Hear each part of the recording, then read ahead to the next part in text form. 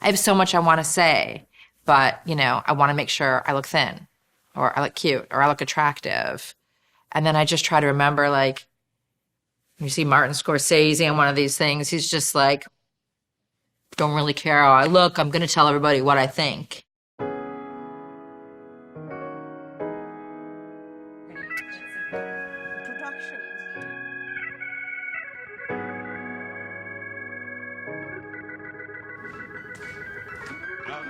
All of them.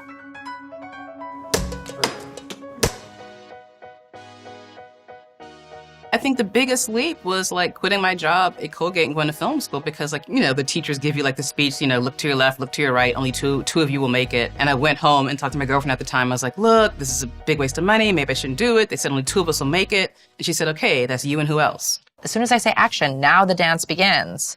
And now I'm present in the same way I would be if I was like dancing with a new partner. A director really is just a master manipulator if they actually end up with the thing that they wanted in the first place by the end. I'm nervous when I feel too comfortable with something. I'm nervous, like, okay, like, what am I doing wrong? I feel too at ease about this. And for me, I'm only comfortable at the edge. I really just wanted to tell this story about guys like me, you know, who grew up in places like I did. And that's what started my voice as a filmmaker.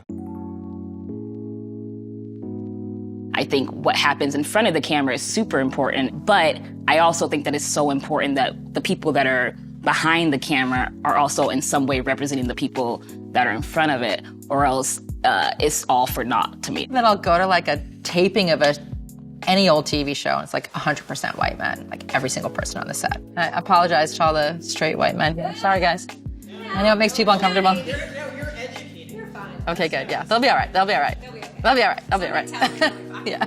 A crew position on set that is so commonly white male-led is the camera department. When I was going to interviews to DP somebody's project, I would dress very androgynous. I didn't want them to think I couldn't do this physical, typically male-dominated job. Like how many times I show up on a lot and they ask me if I'm background or if I'm, you know, like a PA or something. They can't like wrap their head around that this person is the one calling the shots on that. I feel like I'm understanding more my mission and my purpose as a filmmaker. Most often it's telling women's stories. I love women. I think they don't get enough love in this society. So every time that we are upping the ante and creating a narrative that pushes the boundaries of what needs to be seen, we are creating a generation of people who can see their own stories rising up and want to create those stories. The way we tell stories about Black women and they're like bulletproof, like badass, all that stuff, it's fine, but I think it's actually kind of dangerous. And so I really want to show how like human we are and that we bleed and we cry and we fuck up and we make mistakes. And that's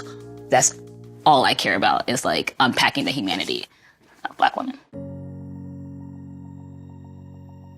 I think as a director, you have control over a lot of things. Sometimes things we don't even realize we have control over. If you're in a hiring position and if you're in a director, you're in a position where you can kind of choose your department heads, you can choose your crew. Every single job we do, we have a responsibility on us, especially as directors, producers, to bring as many people as we can who are not typically or have not been typically around film sets. Hiring everyone from assistants to heads of department on set and making sure that you're picking the best person for the job, but also giving that same shine to somebody who might not have that experience because they haven't had the background that affords it to them.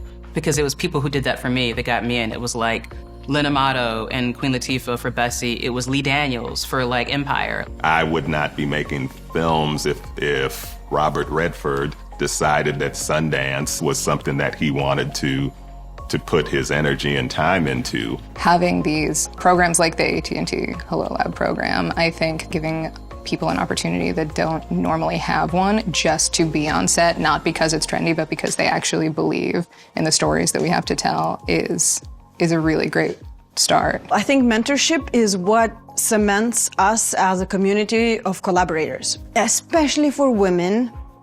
Having older women who are a couple steps ahead as mentors is crucial because then you see like, oh my God, I'm not alone in this crazy game. Somebody who has paved the way is here also and they're willing to help.